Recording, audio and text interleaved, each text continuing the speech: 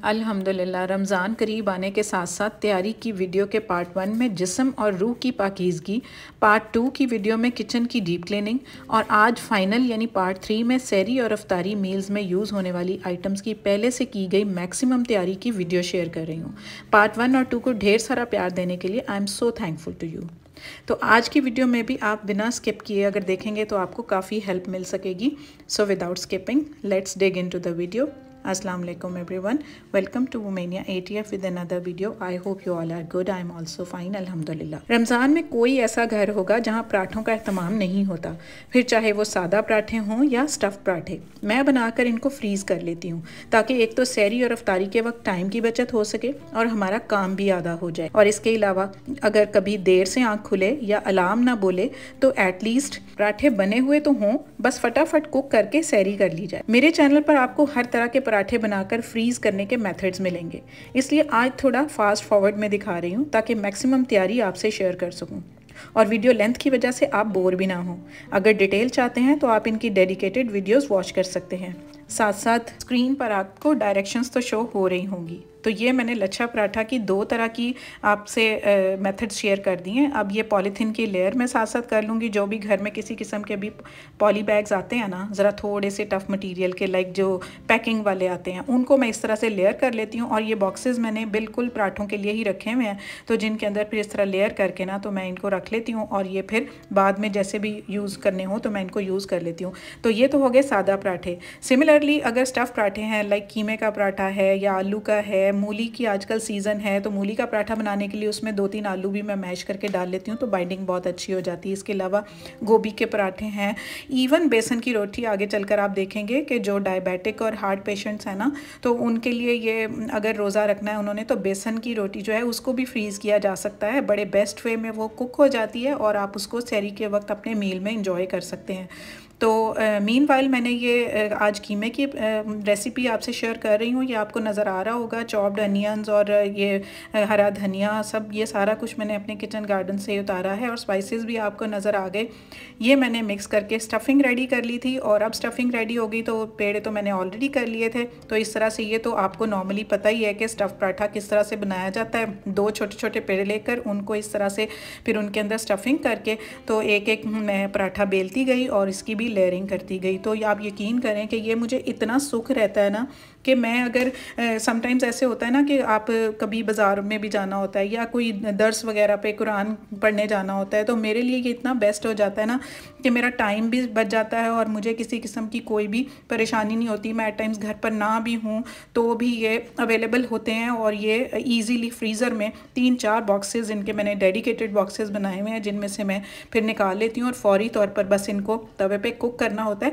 और कुक करने के मेथड भी मैं आपसे शेयर कर चुकी हूँ, क्योंकि काफ़ी लोग पूछते हैं कि फ्रोज़न पराठा जो है उसको कैसे कुक करेंगे, वो फट जाएगा या कुछ भी। तो ऐसा कुछ भी नहीं होता। आप मेरी वीडियोस देख सकते हैं, बहुत इजीली, थोड़ा सा टाइम कंज्यूमिंग होता है, थोड़ी पेशेंस के साथ हम बड़े आराम से उसको, जैसे हम बाज़ार से भी तो फ्रोज़न पराठे लाते हैं ना, बिल्कुल उसी वे में, उसी मेथड से हम इसको कुक भी कर लेते हैं। तो अब ये साथ साथ मैं आपको ये बेसन की रोटी भी बता रही हूँ। ये भी मैंने अपने हस्बैंड के लिए रख ली थी, वो डायबिटिक हैं तो इसलिए उनको ये बहुत अच्छी रह जाती है। ये वही स्पाइसेस जो नॉर्मली यूज़ होते हैं वो सब डाल के तो इस तरह से इसका फिर मैंने इसकी डो रेडी कर ली है। और डो रेडी करने के बाद ना बस इतनी सी थोड़ी सी ना आपने ये करना है कि अगर आपने फ्रीज़ करनी हो ना बेसन की रोटी, तो उसके लिए थोड़ा सा आटा जो है ना आपने थोड़ा सा हार्ड रखना है, नॉर्मल आटा नहीं रखना। हार्ड रखेंगे तो आपके ये जो डो, ये जो पेड़े वगैरह है ना, ये बनाने ईजी हो जाएंगे और इस तरह से आपकी जो रोटी है वो फटेगी नहीं। तो इस तरह से सिमिलर वे में ना मैंने ये भी ऐसे ही बना ली, इनकी रोटियां भी बिल्कुल नॉर्मल साइज़ की, और इस तरह से इनकी भी लेयरिंग मैंने उसी तरह से कर ली पॉलीथीन पेपर में। बिल्कुल भी कुछ भी नहीं होता इनको, और जब ये बिल्कुल फ्रीज़ हो जाते हैं ना तो लेयर उतारनी इतनी इजी होती है ना कि बहुत ही इजी वे में ये रिमूव हो जाती है और हम रोटी जो है आराम से तवे पे डाल देते हैं और फटती नहीं है। बस दोनों हाथों में पकड़ कर आप तवे के ऊपर डाल दें। तो इसी तरह से ये भी मैंने रोटी जो है वो बना कर रख ली। तो इसी बस ये इसको ना मैं 1 हफ़्ते के लिए रखती हूँ, क्योंकि रोज़ रोज़ तो खाना नहीं होता, फिर लोग बोर हो जाते हैं। तो फिर मैं 1 हफ़्ते का ये स्टफिंग करके रख लेती हूँ और उसके बाद फिर नेक्स्ट वीक ना मैं कोई और स्टफिंग के पराठे फ्रीज़ कर लेती हूँ। तो इसी तरह शामी भी हैं, उनके लिए भी, उनको भी मैं ऐसे ही ये खड़े गरम मसाले आपको नज़र आ रहे हैं वो डालकर और दाल भिगो के तो इस तरह से ये मेरी डेडिकेटेड वीडियो तो पड़ी हुई है, आप उसको वहाँ से देख सकते हैं। तो मैं ये शामी कबाब भी बना कर रख लेती हूँ। इसका भी काफ़ी आराम रह जाता है। ये आपको पता तो होगा, अगर आप बीफ के बनाते हैं या चिकन के बनाते हैं या मटन के बनाते हैं, एक ही तरीका होता है। सिमिलर वे में आप इनको बना सकते हैं। कुकर में डाल के पहले तो आप इसको गोश्त को जो है मसालों के साथ उसको कुक कर लेंगे, और जब वो कुक हो जाएगा, हाफ़ कुक होगा, तो आप उसके अंदर दाल ऐड कर देंगे, क्योंकि दाल तो इतना टाइम नहीं लेती, वो सोक हो गई होती है, तो इसलिए उसके लिए इतना टाइम लगाने की ज़रूरत नहीं होती। तो जब हम इसको कुक कर लेते हैं ना, तो उसके बाद फिर ना हम इसके अंदर जो नई बात जो मैं करती हूँ ना, मैं इसके अंदर ही जब इसकी स्टफिंग रेडी हो जाती है ना, तो मैं इसके अंदर ही अंडे डाल देती हूँ, इसके डो के अंदर ही, क्योंकि फिर बाद में जब इनको फ्राई करना है ना, तो बार बार फिर अंडा निकालो और उसके अंदर उसको लेप करो। तो एक दूसरी बात कि मैं इस तरह के मोटर और पेसल में इसको अच्छे से मैश कर लेती हूँ, क्योंकि फिर इसके रेशे बड़े फ़ाइन और बड़े अच्छे हो जाते हैं। और एक दूसरी बात, जब ये रेशे बन जाते हैं, फिर ना इसके कबाब बनाने से पहले भी इसके अंदर फाइनली चॉप मैं अनियंस भी डालती हूँ, और थोड़ा सा पुदीना भी डालती हूँ, और धनिया भी डालती हूँ। तो जैसे मैंने आपको बताया कि इसी तरह से ना मैं इसके अंदर जब इसकी डो रेडी हो जाती है ना, तो उसके अंदर हीट क्वांटिटी के हिसाब से अंडे डालकर, तो अब इसके मैंने शामी रेडी कर लिए। उनको भी मैंने इसी तरह लेयरिंग कर ली है। एक दफ़ा लेयरिंग करके जब इसको मैं फ्रीज़ कर लूँगी ना, उसके बाद फिर ये लेयर्स जो है ना ईज़िली इसके ऊपर से ना मैं रिमूव करके ये शामी तो इसको ज़िप-लॉक बैग में डालकर ना तो रख लूँगी। काफ़ी सारे मैं ये स्टोर कर लिए हैं, तो ये ऑलमोस्ट 1 मंथ जो है मेरा ईज़िली गुजर जाएगा। उसके बाद ये फ्रोज़न कोफ्ते हैं, वो भी मैं ऐसे ही बना कर रख लेती हूँ, बाज़ार के कम ही यूज़ करती हूँ। तो ये चीज़ें आपको सारे मसाले तो नज़र आ रहे हैं। उसमें नई चीज़ ये है कि इसमें मैं थोड़ा सा बेसन भी ऐड करती हूँ, और इसमें भी थोड़ा सा अंडा डाल देती हूँ, जो कि हेल्प करते हैं इनकी बाइंडिंग में। तो ये कोफ्ते बने हो ना, तो आप यकीन करें इतना इजी रह जाता है ना, आराम से बस आप थोड़ी सी करी उसकी बनाएं मसाले और टमाटर वगैरह डालकर, और इनको निकालें और थोड़ा सा डीफ्रॉस्ट करें। डीफ्रॉस्ट करने के बाद बस इनको डालें और कुक कर लें। With in half an hour आपका जो खाना है वो बनकर बिल्कुल रेडी होता है। तो इसी तरह से इनको भी फ्रीज़ कर लिया। अब ये जो स्प्रिंग रोल्स और इस तरह की, वैसे तो मैंने आपको बताया कि ऑयली चीज़ों से मैं बहुत ज़्यादा अवॉइड करती हूँ, लेकिन बच्चे हैं ना, बच्चे समटाइम्स ये होता है कि कुछ जो शुरू के रोज़े होते हैं ना, उनको ये सारी चीज़ें अच्छी लग रही होती हैं, तो फिर उनके लिए मैं ना ये चिकन के स्प्रिंग रोल्स बना लेती हूँ। इसमें ये सोया सॉस, ये चिली सॉस वगैरह, ये सब कुछ आपको नज़र आ रहा है। बस इसमें कॉर्नफ्लोर की स्लरी मैं ज़रूर ऐड करती हूँ, और अगर आप चाहें तो इसके अंदर चीज़ भी ऐड कर सकते हैं, उससे थोड़ा सा टेस्ट इन्हांस हो जाता है। फाइनली चॉप कर ली थी मैंने सारी वेजिटेबल्स इसके अंदर जितनी भी डलनी है, बस उनको हल्का सा सॉटे करके उसके अंदर ये सारी सॉसेस वगैरह डाल दी, मसाले डाल दिए, और ये हमारी स्टफिंग भी रेडी हो गई। तो उसके बाद चिकन बॉयल करके ब्लैक पेपर और नमक डाल के उसको मैंने श्रेड कर लिया हुआ था, स्लरी एंड पे डाल दी थी। तो बस ये बाइंडिंग के लिए अब बिल्कुल रेडी हो जाएगा। तो ये बाज़ार के ही बने हुए जो मिलते हैं ना स्प्रिंग रोल्स के, यही मैं यूज़ कर लेती हूँ। तो बस इनको इस तरह से बाइंड करके, तो मैं इनकी भी ना पॉलीथीन लेयर करके, तो इस तरह से ये रेक्टेंगुलर बॉक्स रखा हुआ है, इसके अंदर इनको मैं रख लूँगी, तो मुझे जो है ना बहुत आराम हो जाएगा। उसके बाद चिकन समोसे भी ऐसे ही हैं कि उनका मैं कीमा भी खुद फ्रेश निकालती हूँ, बाज़ार का अवॉइड करती हूँ। पता नहीं कौन कौन से उन्होंने कितनी देर के बाद कीमे गोश्त निकाला होता है। तो ये सारी चीज़ें आपको नज़र आ रही हैं। इसमें स्प्रिंग अनियंस हैं, हरी मिर्च है, हरा धनिया, चीज़ है, और ये भी इसी तरह से पेस्ट बनाई हुई है मैंने कॉर्नफ्लोर डाल के ना। तो ये कुटी हुई लाल मिर्च भी है। ये सारा कुछ मैंने आपको दिखा दिया। इसके मसाले, पहले तो इसकी स्टफिंग रेडी कर लेंगे हम, चिकन डालेंगे, उसको थोड़ा सा ना पका लेंगे। जब वो अपना पानी छोड़ देगा, खुश्क हो जाएगा, उसके अंदर फिर मसाले डाल दिए मैंने। मसाले डालने के बाद उसके अंदर स्प्रिंग अनियंस और जितनी भी मेरी इसके अंदर ये हरे धनिया और हरी मिर्चें थी, पका कर इसका मैंने पानी ड्राई कर लिया, और उसके बाद इसके अंदर मैंने चीज़ मिक्स कर दी। और इसी तरह ये पट्टियाँ ले करना, जैसे मैं आपको दिखा रही हूँ, इसको इस तरह ट्रायंगुलर शेप में डालकर इसकी फिलिंग करके, तो इसी तरह से ना सिमिलरली मैंने सारे समोसे भी रेडी कर लिए। अब जब टमाटर आए होते हैं ना, तो ये भी मैंने अपने किचन गार्डन से ही उतारे हुए हैं, तो इनके बीज मैं बीच में से निकाल लेती हूँ। हैंड ब्लेंडर से इनको मैं सिंपली ब्लेंड कर लेती हूँ, और इसकी पेस्ट को एक खुले बर्तन में निकाल के ना, तो उसको फ्रीज़ कर लेती हूँ। तो खुले बर्तन में ये होता है कि बाद में इस तरह से ना इसकी कटिंग ईजी हो जाती है।